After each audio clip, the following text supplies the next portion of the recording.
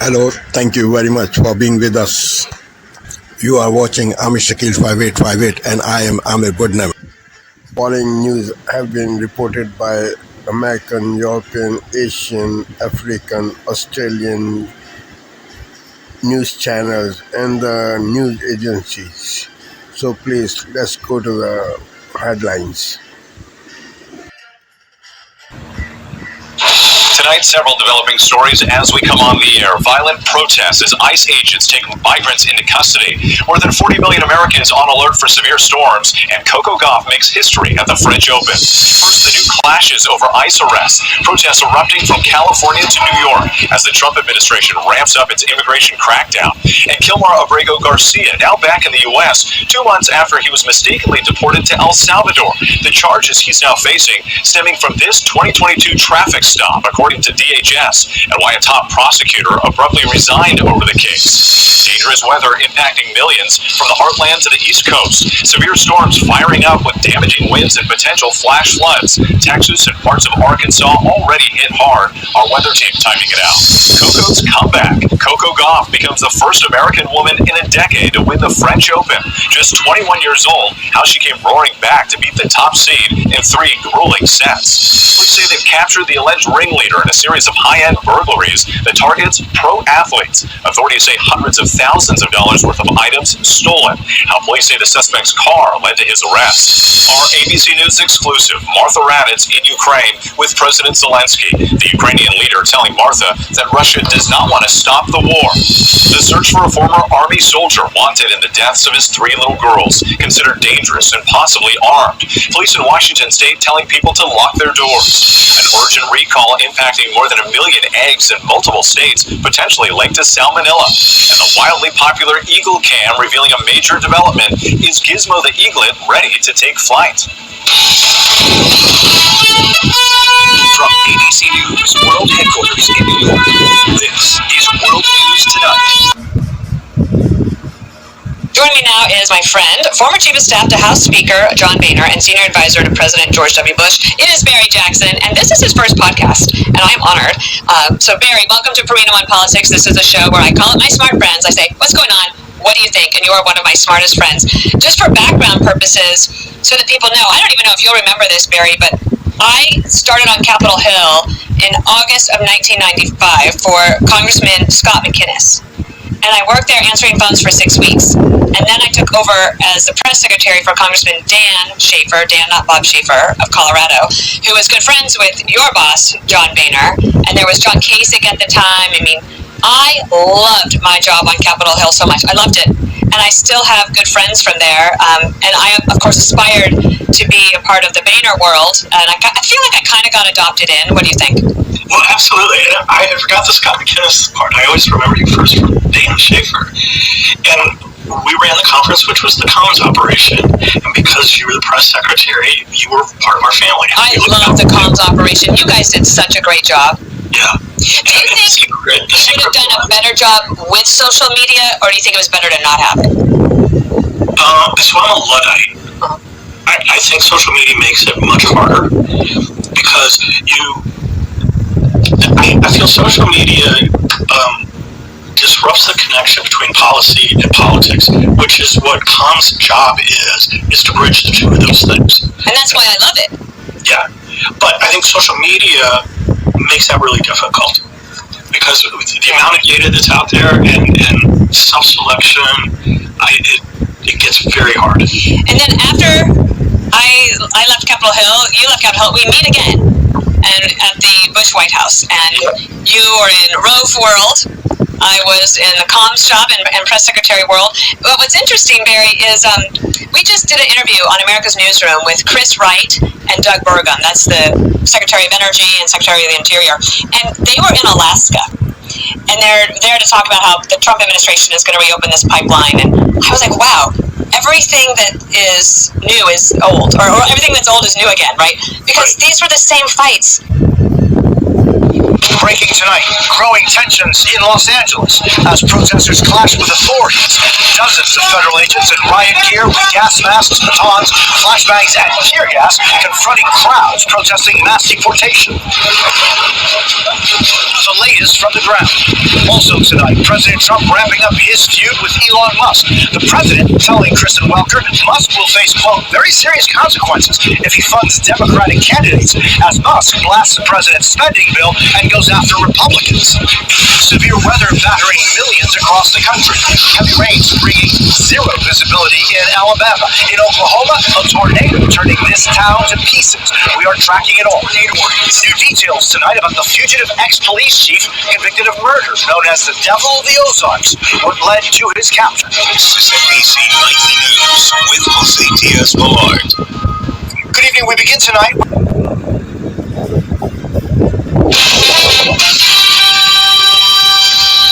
Tonight on PBS News Weekend, a global celebration of the LGBTQ plus community draws thousands to the streets of Washington, D.C. in the shadow of Trump administration policies targeting them. Then how AI may be robbing new college graduates of traditional entry-level jobs. And as the school year winds down, a look at the innovative way a school in Texas teaches financial literacy with a food truck. At the beginning of the school year, when we're thinking through, like, okay, how do we make a subject that might not be super interesting, really fun and engaging for kids, we decided why not a food truck? So that's where it was born from.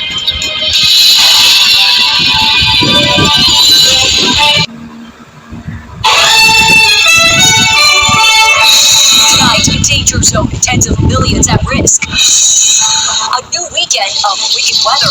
I'm meteorologist Andrew Kozak. Damaging winds, hail, and even tornadoes, the latest on the spreading threat. Also tonight, parade preps. Army tanks roll into Washington, D.C. Immigration battles. Federal raids spurring outrage in Los Angeles. They threw gas at us. They pointed their guns at us. It's wrong, man. While a deported Maryland man returns to U.S. soil to stand trial. He was a smuggler of humans and children and women. New Trump threat after the Musk meltdown. I'm Allie Bauman in New York with the new exchange in the War of Words. 5 months after the flames. I'm Elise Preston in Altadena, California, with a look at families rebuilding after losing almost everything. You just have to keep going. It's a mental attitude that you develop. And later, it's a high-flying American institution, now a century old. But what's it like to soar in the Goodyear blimp? CBS's Jen Shamlian shows us. I am so excited right now. We're about to get onto the blimp, and this is bucket list. This is the CBS Weekend News from New York with Jerika Duncan. Good evening, Jerika is on this Saturday night. Backlash, the mounting criticism against the Prime Minister for inviting his Indian counterpart to the G7 summit. It is sending a wrong message. Why now may be the time to reset relations. The man mistakenly deported from the U.S. returns and gets hit with criminal charges. The accusations against him dating back years.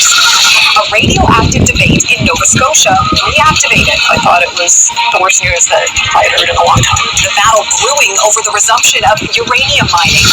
Plus, hockey-themed handiwork. I started making these playoff chickens. How some Oilers fans are stick-handling their stress. Reporting tonight. Good evening and thanks for joining us. Canada is preparing to host a G7 summit like no other. It's taking place against the backdrop of the trade war, global tariffs, and heightened geopolitical tensions. Today, Prime Minister Mark Carney laid out his priorities for the gathering, which is 8 days away. But his agenda is being overshadowed by a polarizing guest. Taria Isri has our top story tonight.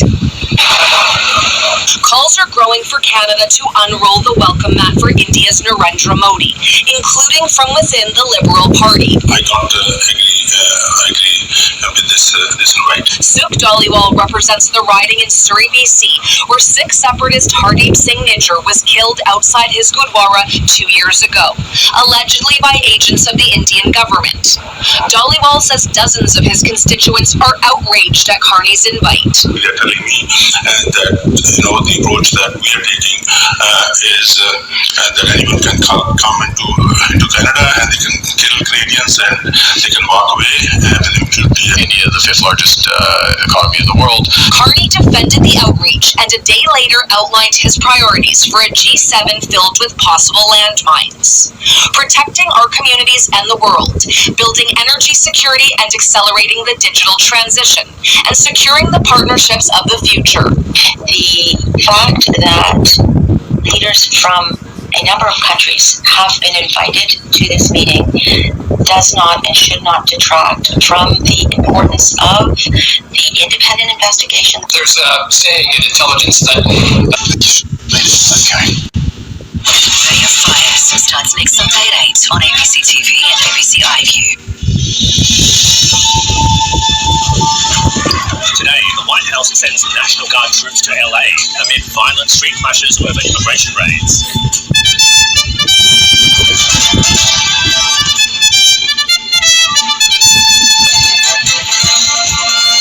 NT police are investigating another death in custody as thousands rally, calling for an independent investigation into the death of Kumanjaya White.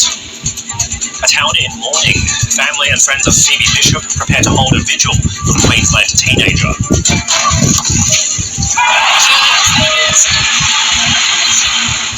And American Coco Gauff is the new Women's French Open champion, beating world number 1 Arina Sabalenka.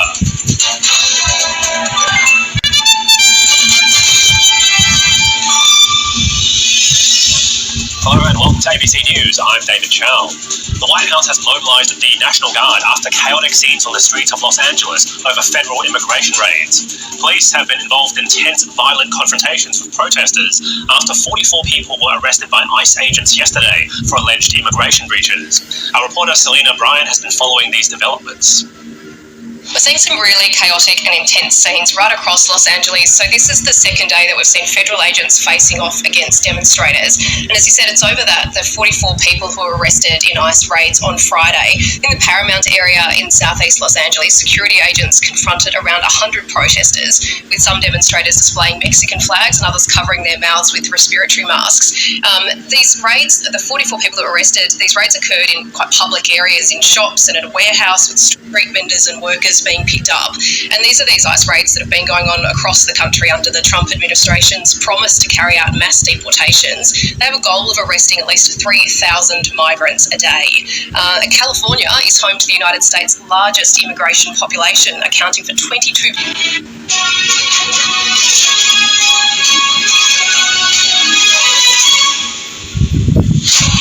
Good morning, it's 6 o'clock. On today's show, we're watching pictures coming in from Los Angeles where troops are on the streets and there's been violent clashes with immigration protesters. And England keep up their 100% start under new head coach Thomas Tuchel, but it's a struggle as they only win 1-0 away to Andorra. It's Sunday the 8th of June. The National Guard is called out in Los Angeles as immigration protests turn violent. President Trump says the federal government will step in to solve the problem of riots and looters, but the California governor accuses him of sowing chaos. Also this morning, an £86 billion boost for science and technology as the Chancellor prepares to shake the money tree in the spending review. Hundreds of residents in this tower block in Merseyside prepare to face homelessness because the building is deemed unsafe. Put it on. Don't know, you won't get on, David. Sir David Attenborough teams up with Prince William over his concerns that deep-sea fishing methods are causing huge damage to the seabed. And in sport, Coco Gauff beats Arina Sabalenka to claim her first French Open tennis title on a mainly disappointing day for British prospects in Paris.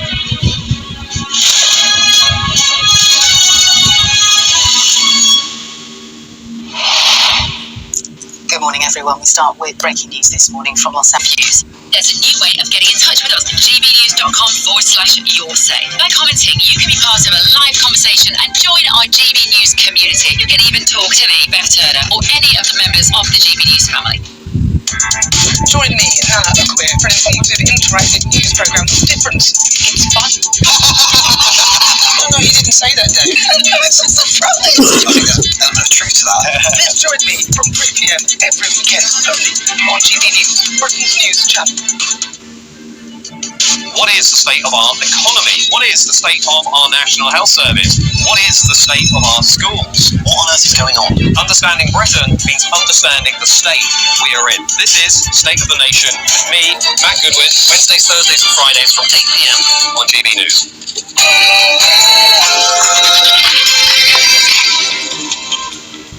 Good morning. Zia Yusuf returns to Reform UK. The decision comes just 48 hours after he resigned as party chairman. He claims his decision came as an error as a result of total exhaustion. But has the fallout already rocked reform enough? Ban the burqa in workplaces? The Conservative leader Kemi Badenoch says bosses should have the power to enforce the move, adding that Britain does have issues with integration and Sharia courts. Yes, we've got lots of views on that one. Now, a warning from the White House. President Trump urges against Sir Keir Starmer approving a massive Chinese embassy near the City of London for risk of espionage to critical data cables. And then to the White House, that feud between Donald Trump and Elon Musk continues. The president now saying he has no intention of speaking to the tech billionaire. Which I am appalled by when I saw the shots were taken for this film. What we have done to the deep ocean floor.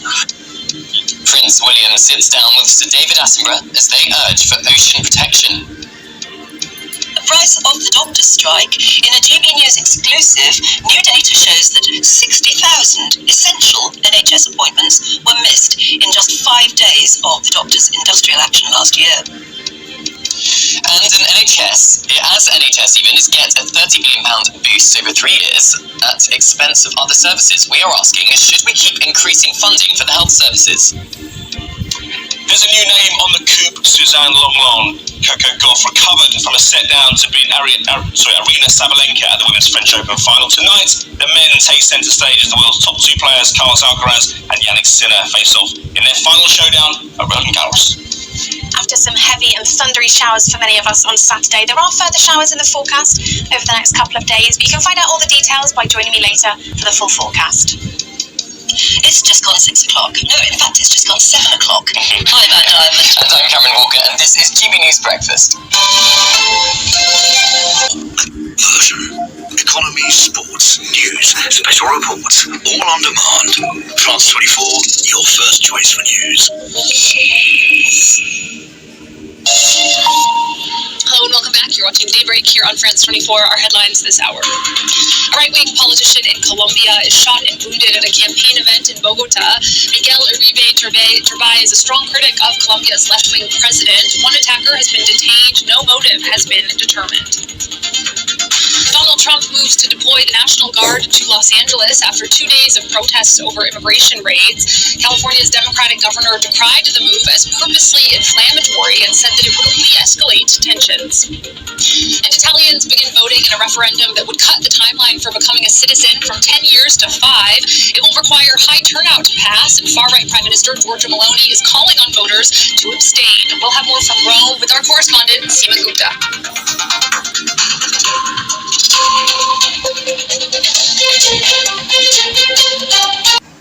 This is Asia Now.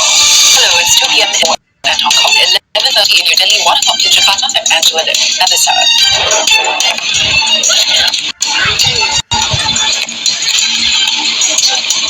U.S. President Donald Trump deploys the National Guard to immigration protests in Los Angeles as protesters clash with immigration agents for a second straight day. California Governor Gavin Newsom called the decision purposely inflammatory. Beijing confirms it will send its top economic envoy Hurley Funk to London for a fresh round of trade talks with the U.S. The Vice Premier will meet with a delegation from Washington that includes Treasury Secretary Scott Bessent. And Gaza officials say at least 95 Palestinians have been killed in the last day from Israel's offensive, including 8 people who were reportedly shot dead near a U.S.-backed aid distribution center.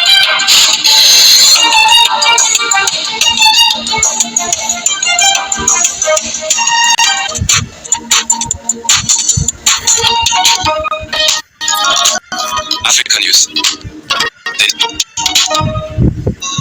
For these Yemeni-American worshippers, coming together at the mosque is a way of remaining attached to their homeland and traditions in the Middle East. But many of them now worry that they will not be able to go back to Yemen in person to visit family and friends. The reason? a travel ban on Yemen and 11 other countries by the US government. It has separated families. It has caused real pain. We're talking about mother and son. In the Islamic tradition, one of the worst sins that one can do is separate a mother from her child. And that happens with, by virtue of these travel bans. Earlier this week, US President Donald Trump signed a sweeping travel ban on 12 countries, many of those in the Middle East and Africa. A policy that hasn't gone down well with the Arab American community. We saw what the price that the Democratic Party had to pay for undermining the Palestinian voice. And, there are many people that avoided voting altogether just because of this country's policies towards Gaza. Okay? So let's not make the same mistake. There is some level of, unity potentially between the Arab population, the Muslim population, and the Republican Party. They can choose to either push us away, and as we punished genocide the first time, we can punish the travel ban the second time with our votes. While Arab and Muslim voters were favorable to Trump in some parts of the United States, the tide could turn in the next polls. At least that is the hope that critics and opponents of the Republican Party now harbor. Fireworks, nostalgic hit songs, and an atmosphere of celebration. In Beirut, this event organized by the tourism ministry is a sign of hope. Hope for the return of the golden days, when wealthy tourists flock to Lebanon's beaches, mountains, and cities. Tourism is a big catalyst, and so it's very important that the bans get lifted, that the reforms are made, that the right decisions are taken, and that the trust is earned back.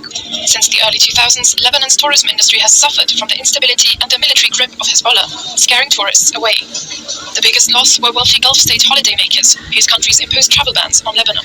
After having been through a war that weighed heavily on all Lebanese people, and after years of being boycotted by the Arabs and our brothers in the Gulf, we expect this year for us to always be full, as you can see, and we're still in May. We're expecting tourism to be very strong this year. When we talk to travel agencies, they all tell us that they're fully booked. All airlines are fully booked to Lebanon. There are no tickets to book. But since the end of the war between Israel and Hezbollah last year, the militant group is weakened, and Lebanon's leaders are hoping to use the situation to inject some new life into the war-torn economy. We miss seeing tourists in our country, and we miss these vibes. Everyone around the world wants to come to Lebanon in the summer. They want to come to Beirut. They want to come to enjoy Lebanon's weather, which you can't find anywhere else. This gives us hope back. Hope that we had lost over the last few years because of what's been happening in the country. With the encouraging signs from Beirut, some nations have already lifted years-long travel bans on Lebanon. Whether more could follow suit mainly depends on the security situation in the country. Don't miss your connection with Africa, with the Africa News app. Thank you very much for giving time to Amir Shekel 5858. I am Amir Shekel. Have a good life. Bye-bye.